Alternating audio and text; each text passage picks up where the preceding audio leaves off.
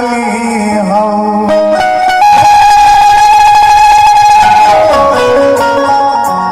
बहुत प्रकार के गीत हो, श्रृंगार रस के गीत तक चल जाए हमने के शुरू से लेके अंत तक ले लेकर तोहरे के पापा कहता उजा तक ले पहुंचल जाए।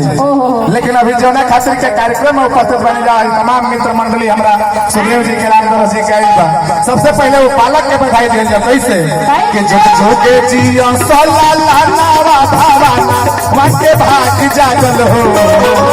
झुक झुके जिया सोला लानावा भावाना वाके भाग जागल हो।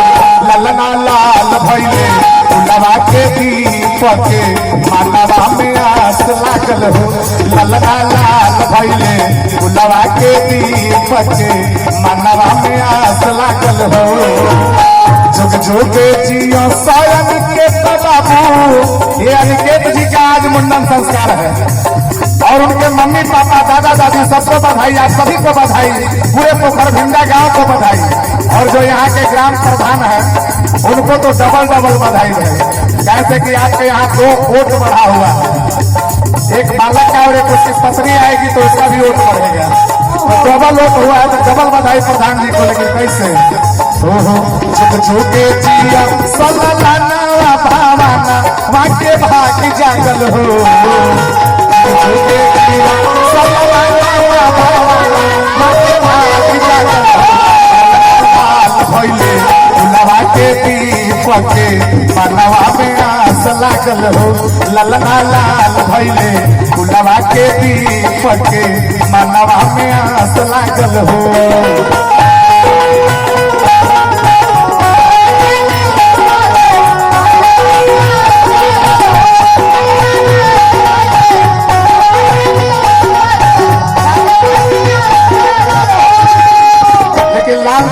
प्रदीप बाबू और बतावल जाता कि केकरा ऐसा आँख बा, केकरा ऐसा नाक बा, कैसन मुंह बा ललना के कैसे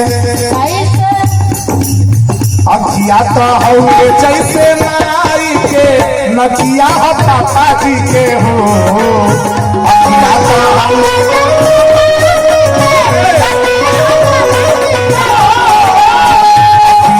हो जैसे मम्मी के नकिया हो पापा जी के हो।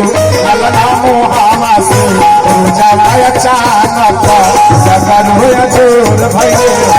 ललना मोहावा से रोजाना अचानक सगर हो जोर भैले हो।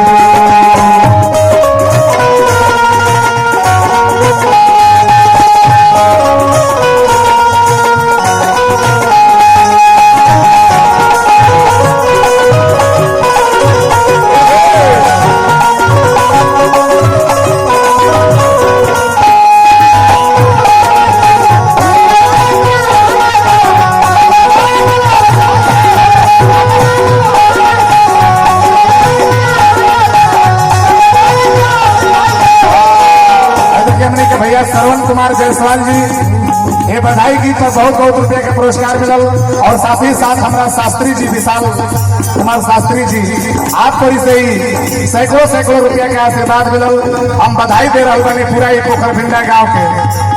और कहे के बाका मम्मी झूलावत बाड़ी पालाना में ललना हो।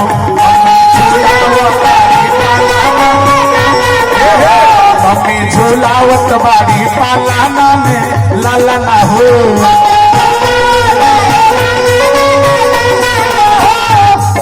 और देखिए हमारा बहन जी को इसे बहुत बहुत रुपया का पुरस्कार मिला। और बहनों के लिए मैं बेटियों के लिए अक्सर बोलता हूँ साहब कि सिर्फ शोर मत समझ लेना और कुछ और मत समझ लेना। सिर्फ शोर मत समझ लेना और कुछ और मत समझ लेना। और चूड़ियां जरूर है इनके हाथों में, इन्हें कमजोर मत समझ लेना। एक बार जोरदार ताली। ये बहनों की तरफ से भी बहुत सारा पुरस्कार मिला। और एक ऐसी बहन है जिसके लिए हम सभी चल के यहाँ आए हुए हैं, अनीता देवी, जिनकर बालक भैल बड़े सुग्रीव जी के धर्म पत्नी। उनकरा खातिर कह दी हमका आजू के दीनावा सुहावन रतिया लुभावन हो। आजू के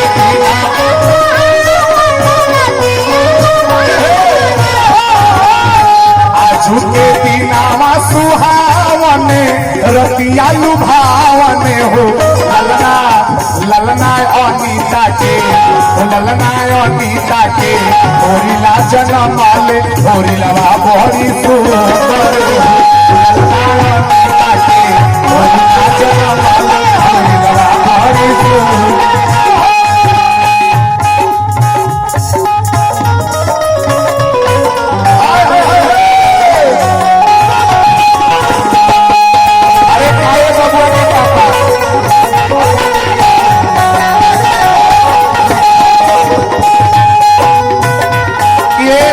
पापा जी हैं और पापा जी के लिए मैं कहना चाहूंगा कि अनिकेत के मम्मी के लिए एक बात मैं कहना चाहूंगा कि नोट रोड़ा हाथ में शोभा नहीं करे तो पापा बने